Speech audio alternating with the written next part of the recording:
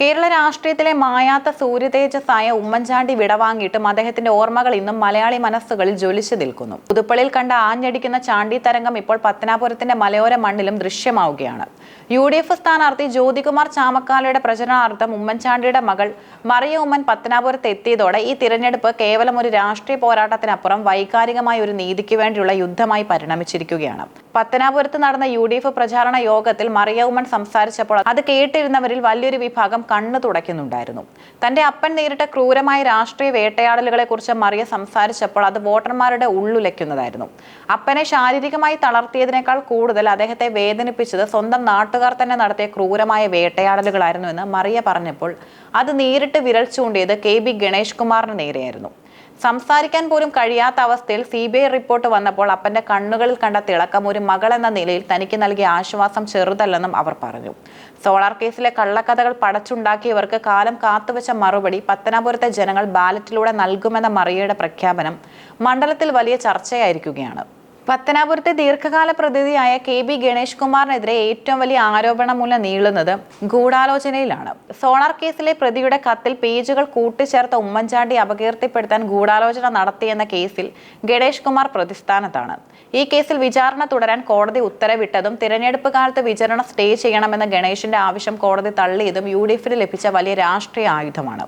ആര് മാപ്പ് നൽകിയാലും പത്തനാപുരത്തെ ജനങ്ങൾ ഗണേഷിന് മാപ്പ് നൽകില്ല എന്ന മറിയ ഉമ്മന്റെ പ്രസ്താവന ഈ പശ്ചാത്തലത്തിൽ അതീവ പ്രസക്തമാണ്. ഉമ്മൻചാണ്ടിയെ പോലെ ഒരാളെ ഇത്രത്തോളം വേട്ടയാടാൻ കൂട്ടുനിന്നവർക്ക് ജനപ്രതിനിധിയായി തുടരാൻ അർഹതയില്ലെന്ന പ്രചാരണം വോട്ടർമാർക്കിടയിൽ സ്വാധീനം ചെലുത്തുന്നുണ്ട്. പത്തനാപുരത്തിന്റെ വികസന മുരടിപ്പിനെയാണ് UDF സ്ഥാനാർത്ഥി ജ്യോതികുമാർ ചാമക്കാല പ്രധാനമായും ഉയർത്തിക്കാട്ടുന്നത്.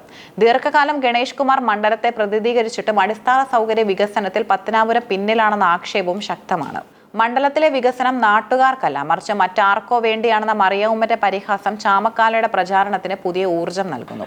അടുത്തിടെ നടന്ന തദ്ദേശ തിരഞ്ഞെടുപ്പുകളിൽ പത്തനാപുരം ബ്ലോക്ക് പഞ്ചായത്തിലും ഗ്രാമപഞ്ചായത്തിലും UDF നേടിയ വിജയം മണ്ഡലത്തിൽ വീശുന്ന മാറ്റത്തിന്റെ കാറ്റായി കോൺഗ്രസ് വിലയിരുത്തുന്നുണ്ട്. കേരളത്തിലെ ഉപതെരഞ്ഞെടുപ്പുകളിൽ പലപ്പോഴും വികാരപരമായ ഘടകങ്ങൾ വലിയ പങ്ക് വഹിക്കാറുണ്ട്. പുതുപ്പള്ളിയിൽ ചാണ്ടിയുമ്മൻ നേടിയ റെക്കോർഡ് ഭൂരിപക്ഷത്തിന് പിന്നിൽ ഉമ്മൻചാണ്ടി എന്ന വ്യക്തിയോടുള്ള സ്നേഹമായിരുന്നു. അതേ സ്നേഹം പത്തനാപുരത്ത് മലയടിക്കുന്നുണ്ട്. മറിയ ഉമ്മന്റെ സാന്നിധ്യം സ്ത്രീ വോട്ടർമാർക്കിടയിൽ വലിയ തരംഗമുണ്ടാക്കുന്നു. ഒരു മകൾ തന്റെ പിതാവിന് നേരിട്ട നീതികേടിനെ കുറിച്ച് സംസാരിക്കുമ്പോൾ അത് കുടുംബങ്ങൾക്കുള്ളിൽ ചർച്ചയാകുന്നു. രാഷ്ട്രീയത്തിന് അതീതമായി ഉമ്മൻചാണ്ടി സ്നേഹിച്ചിരുന്ന വലിയൊരു വിഭാഗം വോട്ടർമാർ പത്തനാപുരത്തുണ്ട്. ഗൂഢാലോചന ആരോപണങ്ങൾ ഇവരെ UDF പക്ഷത്തേക്ക് അടുപ്പിക്കാനുള്ള സാധ്യതയുമുണ്ട്. സോളാർ കേസ് കേരള രാഷ്ട്രീയത്തിൽ ഒരു വഴിത്തിരിവായിരുന്നു. എന്നാൽ CBI അന്വേഷണത്തിൽ ഉമ്മൻചാണ്ടി പൂർണ്ണമായും കുറ്റവിമുക്തനായതോടെ ആയുധം തിരിച്ചടിച്ചത് ഇടതുപക്ഷത്തിനാണ്.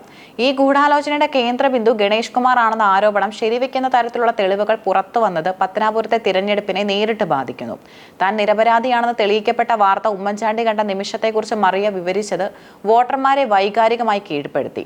3-4 മാസത്തോളം അപ്പ ആ വേദന ഉള്ളിൽ ഒതുക്കിയിരുന്നു എന്ന മറിയയുടെ വാക്കുകൾ ഒരു ജനനായകൻ അനുഭവിച്ച മാനസിക വിഷമത്തിന്റെ ആഴം വെളിപ്പെടുത്തുന്നു. വർഷങ്ങളായി ഗണേഷ് കുമാറിന്റെ കോട്ടയായി കരുതപ്പെടുന്ന പത്തനാപുരത്ത് ഇത്തവണ വിള്ളലുകൾ വീണിരിക്കുകയാണ്.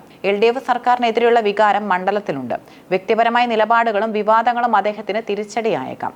ചാനൽ ചർച്ചകളിലൂടെയും പൊതുപ്രവർത്തനത്തിലൂടെയും പരിചിതനായ ജ്യോതികുമാർ ചാമക്കാല ശക്തമായ മത്സരമാണ് കാഴ്ചവെക്കുന്നത്.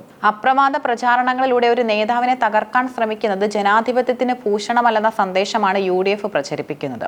ഉമ്മൻചാണ്ടിയെ കുരിശിലേറ്റിയവർക്ക് വിധി കുറിക്കാൻ പത്തനാപുരത്തിന്റെ മണ്ണിൽ സമയം എത്തിക്കഴിഞ്ഞു എന്ന മറിയ ഉമ്മന്റെ നിലപാട് രാഷ്ട്രീയത്തിനപ്പുറം ധാർമ്മികമായ ഒരു ചോദ്യം വോട്ടർമാർക്ക് മുന്നിൽ വെക്കുന്നു.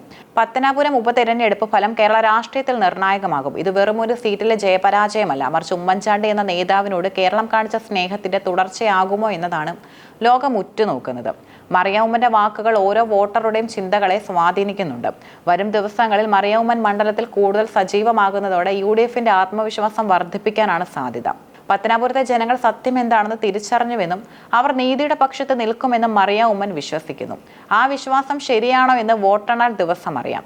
ജ്യോതികുമാർ ചാമക്കാലയുടെ വിജയം ഉമ്മൻചാണ്ടിയുടെ സമർപ്പണമായി മാറ്റാനാണ് കോൺഗ്രസ് ശ്രമിക്കുന്നത്.